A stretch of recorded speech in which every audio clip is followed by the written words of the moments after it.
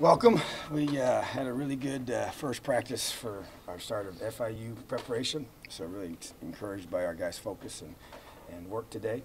Want to start by saying that we're going to announce that Peyton Ramsey is going to be our starting quarterback to start the season, and really excited for him.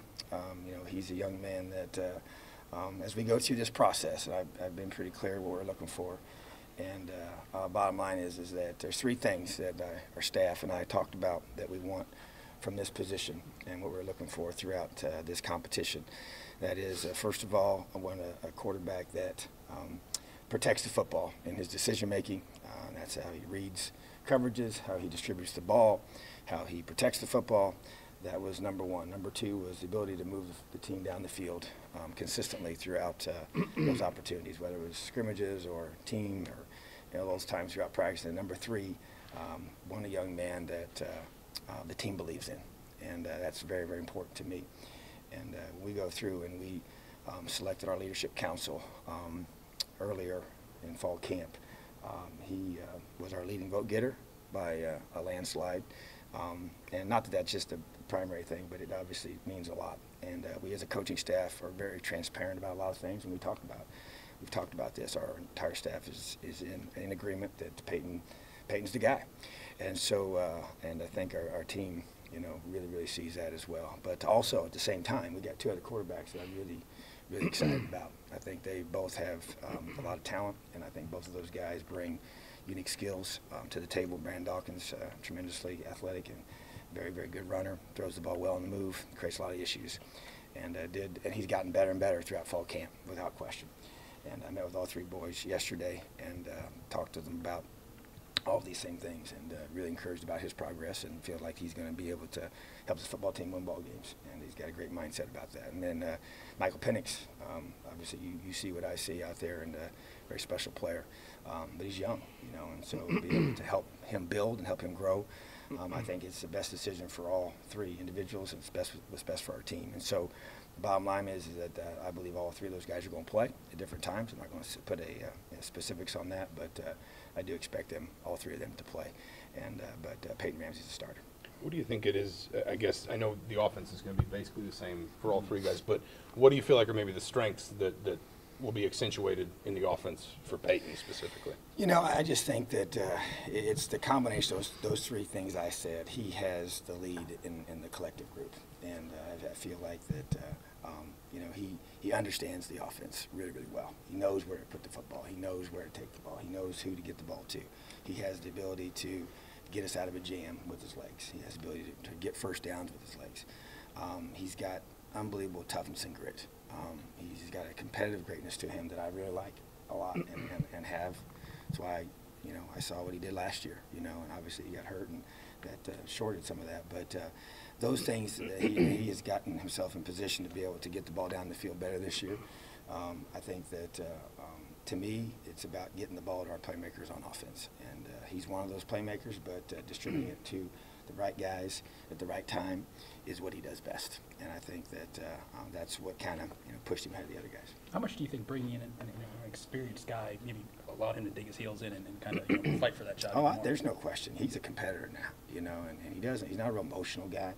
Even when I told him, he didn't get up and get fist pump or anything, but he was very calm and but at the same time, I think that competition makes everybody better, and he knew that he had to improve, and he worked his absolute tail off all summer long, knowing that Michael Penix was chasing him, and then knowing that we're bringing in Brandon Dawkins and that he would come in here with a lot of experience. And so, and I told Peyton too, I said, he's got to continue to get better and lead our team and help us win football games, so that's part of the job, so it's he understands what's going on, and I think that he's one of those guys where those kinds of situations pull his best out of him, because he's so focused and he's such a student of the game.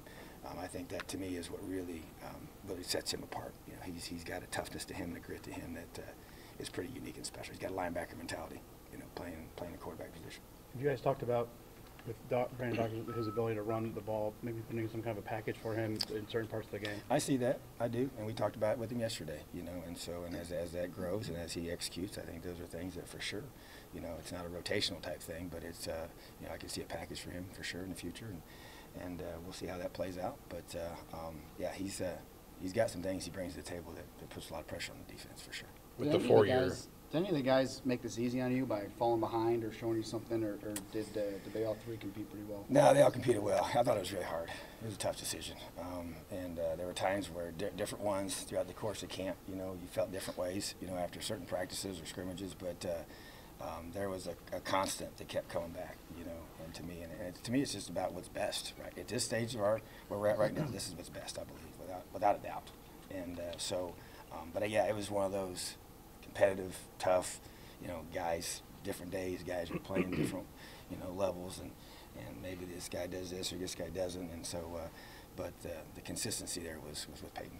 With the 4-game rule, I mean, do you have an idea in your mind how you might want to use that with Michael, or do you want to be flexible? I know you've said you want to maybe make sure you're not in a situation at the end of a season where yeah, you have to lose do. games. But yeah, I think that excites me a lot, with him. I think it even kind of made the decision in some ways too, gave us some flexibility for sure, unlike in the past. And so I feel like that, yeah, there's always, you'd love to be able to have something in your back pocket late in the year, but at the same time, I would like to be able to give him some opportunities earlier as well. I mean, you got 4 games, so it gives you several to pick from, but just to kind of see how he handles all that, So, but yeah, I wouldn't be surprised to see him early. Have you made any other decisions, kicker, middle linebacker, some of the other positions that need to be sorted out a bit? We have in some ways. We're going to kind of probably finalize those on Monday, and we'll put out our depth chart on Monday, and that'll kind of give, I think, closure to some of that. I still feel like even today with kickers, we did some things trying to create pressure on them and see who rises up. That's still a very competitive position. Mike linebacker's getting a little more clear. But just to be able to, more than anything, is who's going to be the next guy at each position and how we're training those guys is getting more clear as we get into game week prep. And today's practice was focused on FIU and their looks. And so that'll be announced on Monday. Peyton's visibly bigger. I mean, how much physically is, his work in the weight room helped him?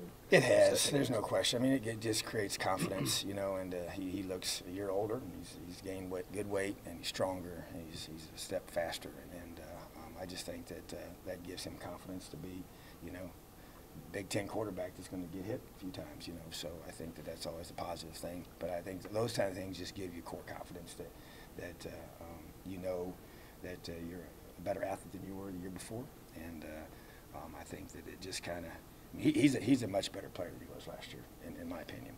So, but that's just got to, he's got to continue to show that. And now, what happens now is you do that in practice, and the thing about him and Brandon, they've done it in games before, whereas Michael has not. And so, those guys, to me, just got to take that same elevation of their play and move it into Saturday performance, and that's what we expect. Not getting into any specifics, is there going to be like a package for Brandon that you might deploy, occasionally, something like that? I would say so. I'm going to give away too many things, but I just feel like that when you got guys like, obviously he's not in a situation with worrying about red shirts or anything like that, and so you're just going to have, based on the who we're playing and what they do and what we feel like we can maximize with his talents and take advantage of it. And so it's just neat to have a group of guys that are unselfish, guys that really have bought into LEO and what we're all about here, as a program. And it isn't about each one of those guys. It's about this football team, and it's about what's best. And so we got 3 guys who I believe can play very good football on Saturdays. So we'll see as the season plays out, how that unfolds completely. But the bottom line is that you got some options. As you exit preseason and start getting into the formal idea of game week, any long-term health concerns anywhere? No, that's one good thing. We've had a couple guys that will be, out for a few weeks, and I think that, but we don't have any, last year at this time we had some guys already that we had lost for the season, and fortunately that's not been the case, so hopefully we'll get those other guys back as efficiently as possible. But no, it's been, actually, had a meeting yesterday with a couple of our doctors and trainers, and I feel like that as a collective group did some good things in helping prevent some issues, and I feel like in better shape physically than we've been numbers-wise, you know, in the last couple of years. Is Ryan Watercutter one of those guys? He is one of those guys, you know, so he's out there in a boot, and so that's just going to take some time. So he's probably the longest guy that we have to worry about getting back at this point. In terms of making the decision, obviously it seemed like you guys took a pretty holistic approach, looking at big body work. Was there any moment for you that maybe stuck out with Peyton, whether it was in scrimmage or anything like that? No, I really, you know, I'm one of those guys. I'm pretty deliberate and don't want to be a knee-jerk reaction kind of person. It's too important of a decision. So to me, it was really looking at the big picture, you know, and both in how you pick the person and then number two, you know, moving forward, how you see it unfolded, you know. And so I think that you got, you know, a situation where we wanted to be very, very thorough, and we talked a lot as a staff, and I wanted consensus. You know, I wanted to be, you know, I believe in trusting the opinions of the guys that we have on our staff, and really it was very, I think, very consistent along the way, and we're definitely all on board.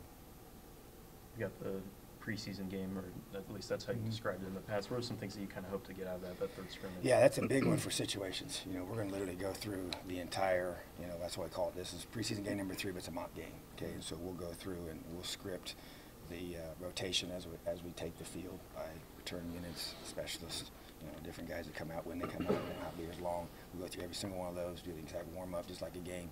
You know, we'll do a kickoff, you know, and just everything, and there won't be as long of a drive, but every situation will be scripted.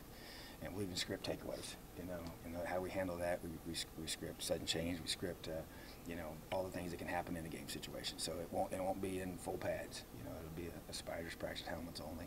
And so a lot of good energy to be on Saturday night, exact same time we're going to kick off down there in Miami. So everything's going to be simulated exactly like the game. And then pregame, meal, meetings before that, everything like that. So very important part of the process to get situations, you know, fleshed out and ironed out and worked through.